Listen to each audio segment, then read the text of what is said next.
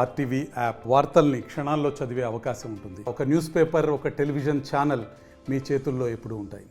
మా సమస్యల గురించి సూర్యనారాయణ సార్ చాలా కష్టపడి 1వ తారీఖే జీతాలు రావాలని గవర్నమెంట్కి మెమోండ్రం ఇవ్వడం వలన ఆయన చాలా కేసులలో అక్రమంగా బనాయించి ఆయనకి ఇప్పటి వరకు రావాల్సినటువంటి సదుపాయాలు కానీ ఆయనకు రావాల్సినటువంటి జీతభత్యాలు కానీ ఏవీ లేకుండా ఆయన ఇప్పటికీ కూడా ఇబ్బంది గురి చేస్తున్నారు. మేము మా సంఘం తరపున ఆయనకు సపోర్ట్ చేస్తున్నాము. ఆయనకి ఇవ్వాల్సినటువంటివి అన్నీ కూడా మా తరపున ఇవ్వమని మేము రాష్ట్ర ప్రభుత్వాన్ని కోరుతున్నాం. సంఘం తరపున మాట్లాడుతున్నాను. న్యాయబద్ధంగా పోరాటం చేస్తుంటే దానిపైన మన సూర్యనారాయణ గారి మీద కేసులు బనాయించినారు. అవన్నీ కూడా తీసివేయాలని ఈ సంఘం తరపున నేను కోరుకుంటున్నాను.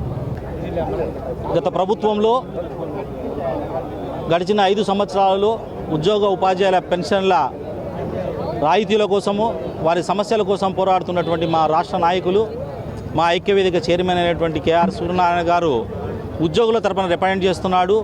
రావాల్సిన రాయితీల కోసము ప్రభుత్వంతో లాలూచి పడకుండా, ఇతర సంఘాల మాదిరి భజన చేయకుండా ఉద్యోగుల కోసం పోరాడుతున్నాడని కక్ష సాధింపు చర్యలు చేపట్టారు.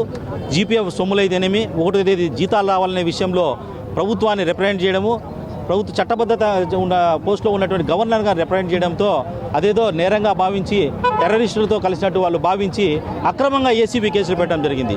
ఏసీబీ కేసులు పెట్టాలంటే ఒక ఉద్యోగి ట్రాప్ అన్నా అవ్వాలి, లేదంటే డిస్ప్రపోర్షన్ అసెట్స్ అన్నా ఉండాలి, ఆదాయానికి మించిన ఆస్తులు అన్నా ఉండాలి. ఈ రెండూ కాకుండా ఎందుకు కేసు పెట్టినారో తెలియకుండా సూర్యనారాయణపై కేసులు పెట్టడము, 4 నెలల పాటు వారిని వారి కుటుంబ సభ్యులను వేధించడం జరిగింది.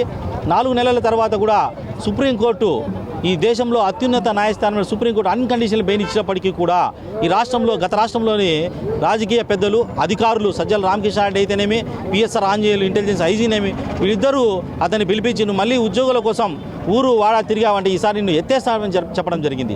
ఈ విధంగా వేధిస్తున్నప్పటికీ కూడా ఉద్యోగుల పక్షాన నిలబడి మార్చి 13వ తేదీ తనతో కలిసి వచ్చే సంఘాలన్నిటితో ఐక్యవేదిక ఏర్పాటు చేసుకోవడము, ఈ రాష్ట్రంలో అన్ని జిల్లాలు, అన్ని ఊర్లు తిరిగి ఉద్యోగులను, ప్రజలను చైతన్యపరిచి ఇప్పుడున్న ప్రభుత్వం అధికారంలోకి రావడానికి తోడ్పడడం జరిగింది.